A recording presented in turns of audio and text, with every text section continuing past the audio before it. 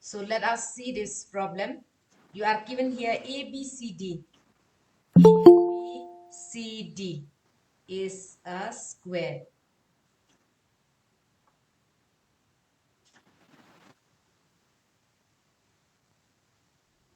With weights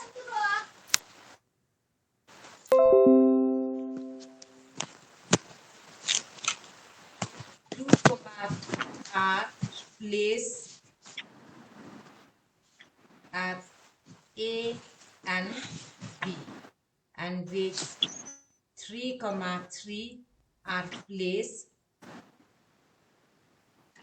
at C and D.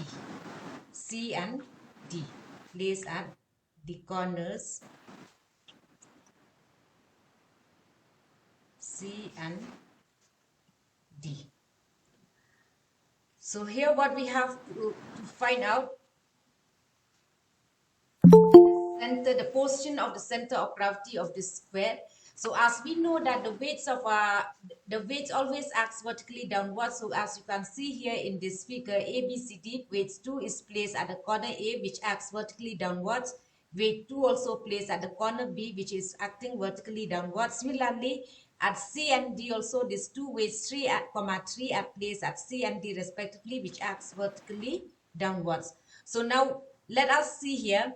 Let the resultant of these two forces, or two weights 2 and 2, which are acting at A and B respectively, be the sum of these two, that is 2 plus 2, be M. Okay, so let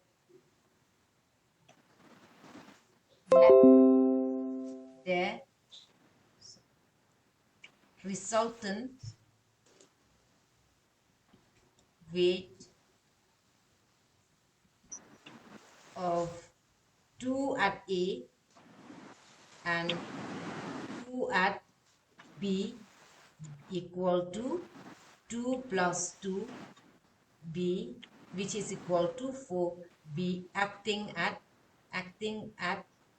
M on A, B. Okay, where M here is the midpoint, because we consider this AB as a thin uniform rod. So therefore, the resultant of these two weights 2, 2 acting at A and B respectively be at M. So let me name this as M. Similarly,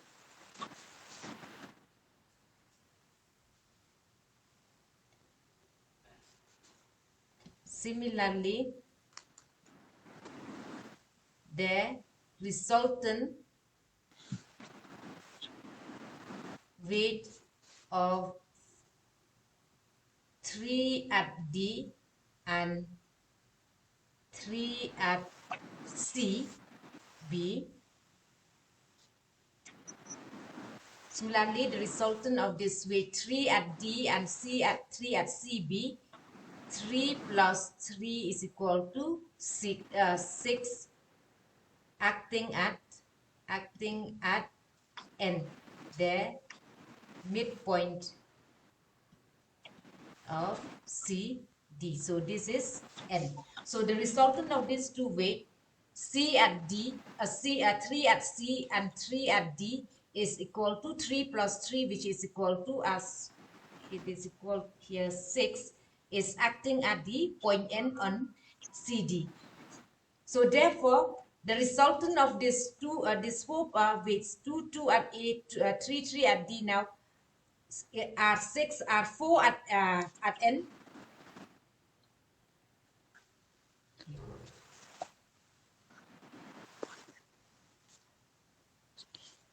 are 4 at M and N at 6. So therefore, the CG, the center of gravity of this whole weights, that is this 4 weights 2, 2, 3, acting at M, will be somewhere on the point EG. So somewhere on the point MN. So now the resultant of the weights 4 at M.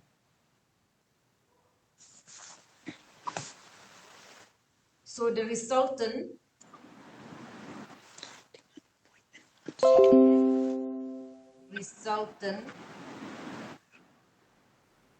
of the weights 4 at M, this is the resultant of the weights 4 at M, which is equal to 4 and 6 at N, okay, and 6 at N is acting is at G along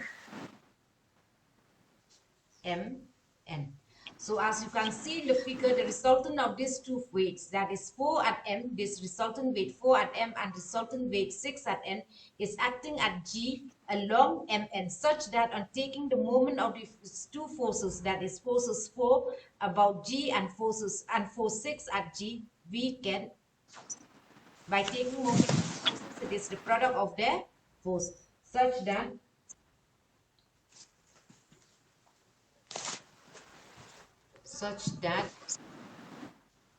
on taking the moment of the weights 4 at M and 6 at N about G, we have 4 into, what is the perpendicular distance of this weight? 4 from G, it is Mn. And what is the perpendicular distance of this weight? The 6 at N, it is equal to G, and from there, from this position G. So we have such that 4 into mg is perpendicular is equal to 6 into ng. So which implies that mg by ng is equal to 6 by 4, which is equal to 3 by 2. So therefore, the center of gravity of these four weights, so therefore, the CG of these four weights 2, 2, 3, 3, which placed at the corners of a square ABCD is acting. So as you can see in the figure, if I draw again here, this is a square you have, okay, where weights 2, 2 are placed at A, B, C, and D. And N here, M, N are there, midpoints. So as we have seen here, the CG is along MN, is acting at G on MN, such that on taking the moment of all this, the force, resultant force of this weight 2, 2, which acts at A and B, and the resultant of these two forces 3, 3 acting at C and D. About this center G, we have mg by ng is equal to 6 by 4, which is equal to 3 by 2. So therefore,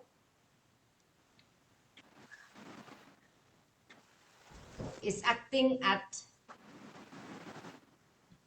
G on Mn, the midpoints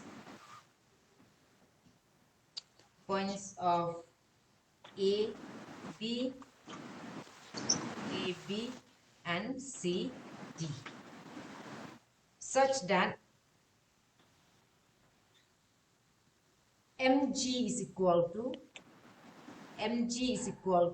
as you can cross multiply, this is equal to 3 by 2 of ng. So this complete their proof, that is the position of the center of gravity of a square where four weights placed at the corners is equal to 3 by 2 times of Gn. So the question, let me summarize this. Weights 2, 2, 3, 3 are placed at the corners A, B, C, D of a square. So you have A, B, C, D are square. Find the position of the center of gravity. So you have A, B, C, D is a square where weights 2, 2 are placed at the corners A and B respectively. weights 3, 3 are placed at the corners C and D respectively. Now the resultant of these two weights, 2 at A and 2 at B, is acting at M, the midpoint of AB, which is equal to plus 2 equal to 4. Similarly, the resultant of these two weights, 3 at D and 3 at C, is equal to 6, acting at N, the midpoint of DC. So therefore, the center of gravity, or the portion of the center of gravity, will lies along MN, that is, will act at a point G along MN. So the resultant of the weights 4 at M and 6 at N is at G along MN, such that on taking the moment of the weights 4 at M and 6 at N about G, we have 4 times into its perpendicular distance from G, that is mg, is equal to 6 times of ng, 6 into ng, which implies that mg by ng is equal to 6 by 4, which is equal to 3 by 4. So thus we have here the center of gravity of these 4 particles, 4 weights, 2, 2, 3, 3 acts at B, A, B, C, D of our square, is acting at a point G here on MN, where MN here are the midpoints of the sides A, B, and C, D respectively, such that from here you have mg is equal to 3 by 2 times of Gn. So the next question is, the sides of a uniform triangular lamina, you have, this is a uniform triangular lamina, which is called a scalene triangle because all the sides are not equal, okay, all the 3 sides are not equal, are given to be 5, 6, 7 respectively. So this is the side AB is 5, the side BC is, okay, the side here is AB, okay, ABC, okay, the sides AB is given to be B, and here it should actually, I should have mentioned it, taken in order. So BC here, I'll write here, it should be 6, and this is taken in order, okay, that is 7. So find the distance of its center of gravity from the shortest and the longest side. The shortest side is the side AB and the longest side is the side AC, okay. So here AB, BC, CA.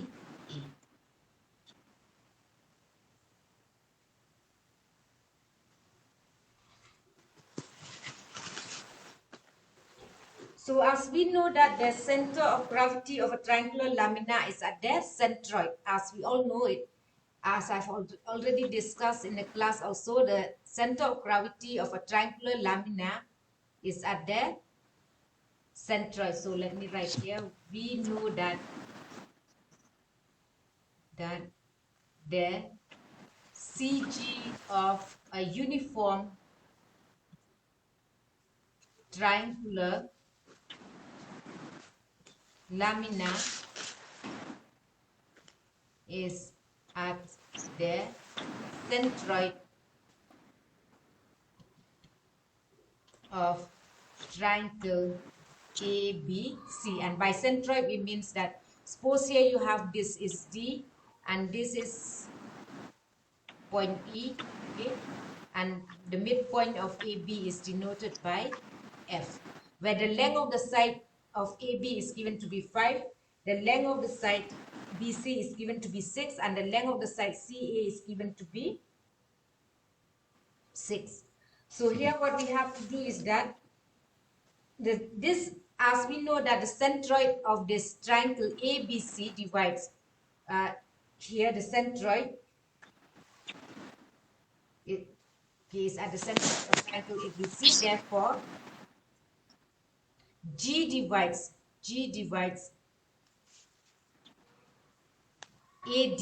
If you join this AD, as we have sent here, this is AD, okay, this is AD, so such that this G divides AD in the ratio, divides AD in the ratio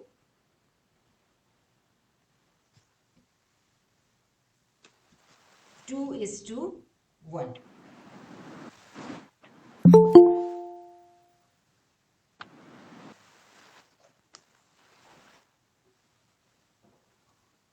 Now we know here that the distance, okay,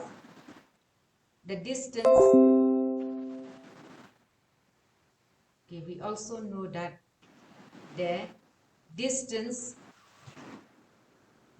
of G from each of these sides, the distance of this G from each of its side is equal to half into, is equal to 1/3 of the corresponding side. So the distance of G from BC is equal to 1/3 of the corresponding altitude, that is 1/3 of AD. And from here also the distance of this side from here to here, the distance of CG from here to here is equal to 1/3 of the corresponding altitude, that is CF, and the distance of the center of gravity from the sides CA is equal to 1/3 of this altitude, that is 1/3 of BE. So let us prove it. We also know that the distance of G from the corresponding sides from each side is equal to 1/3 of corresponding altitude. By altitude, we means this AD which join, you take this line which passes from the vertex A to D, where D should be the midpoints of the side BC. So this AD is called the altitude. BE, if you join it, is also called the altitude, and CF is also the altitude. So the point of intersection of the three altitudes of a triangle, that is G, is called the centroid of the triangle. So here we have, so first let us see that what are the perimeters of this given triangle. So according to the question here, BC is equal to 6, and then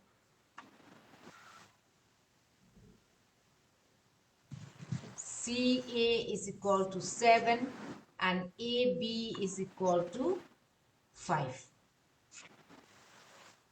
So therefore, perimeter of this triangle, perimeter of triangle ABC is given by, therefore twice S is equal to the sum of the sides, that is A plus B plus C, where BC is equal to A, AC is equal to B, and AB is equal to C. So what are the sides here? What is small a, B, C? So this is equal to, what is small a? That is 6 plus 7 plus, okay, the figure that I've drawn here, it is AB, that is 5, 6, 7. So here you have AC is equal to 6, sorry, BC is equal to A, okay, that is 6, and AC here is equal to, yeah, AC is equal to 6 and AB is equal to 7. Okay, 5, 6, 7, CA, CA, CA here, sorry. This is CA, AB, okay, I've taken BC, AC, that is, okay, B and AB is equal to C, okay, small c here is equal to 5. So here which is equal to, what is this? 5 plus 6, 5 plus 6 gives you 11, that is 18. So this implies that S here will be equal to 18 by 2, which is equal to 9. So you have got the value of 9. Now using, with the help of this S, we can find the area of a triangle ABC in order to find the corresponding altitude, the length of the corresponding altitude. So here we have, therefore, area of triangle, area, all these are from geometry, okay? Area of triangle ABC, using Heron's formula, it is S into S minus A into S minus B into S minus C. This is Heron's formula to find the area of a triangle if the height is not given, okay? We know that there are two formulas to find the area of triangle. One is half of base into height. But if all the three sides are given and the height is not given, you can use this formula, which is called Heron's formula. S here is equal to 9 into, what is S minus A? That is 9 minus A here. That is 9 minus 6 gives you 9 minus 6 gives you 3. And then what is 9 minus 7 gives you 2. And 9 minus 5 gives you 4. So multiply all this value. What you have got is that 4 into 2 is 8. 8 into 3 is 20. 8 into 3 is 24. 24 into 9. 9 into 4 is 36. 9 into 2 here, that is 18. 18, 16, 17, 18. 186. Okay. Because 8 into 3 is 24. 9 into 4 is 36. 9 into 2 is, 9 into 18, 18, 20, 21, 22. Sorry, it is.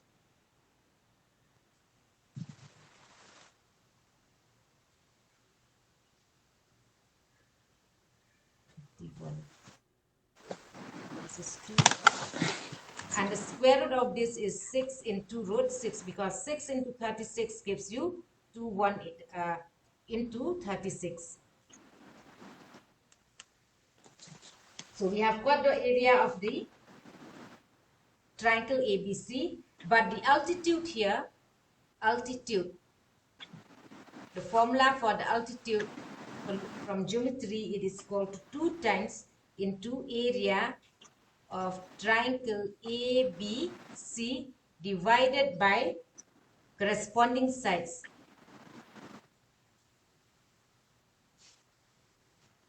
This is the formula to find the altitude, the length of the altitude.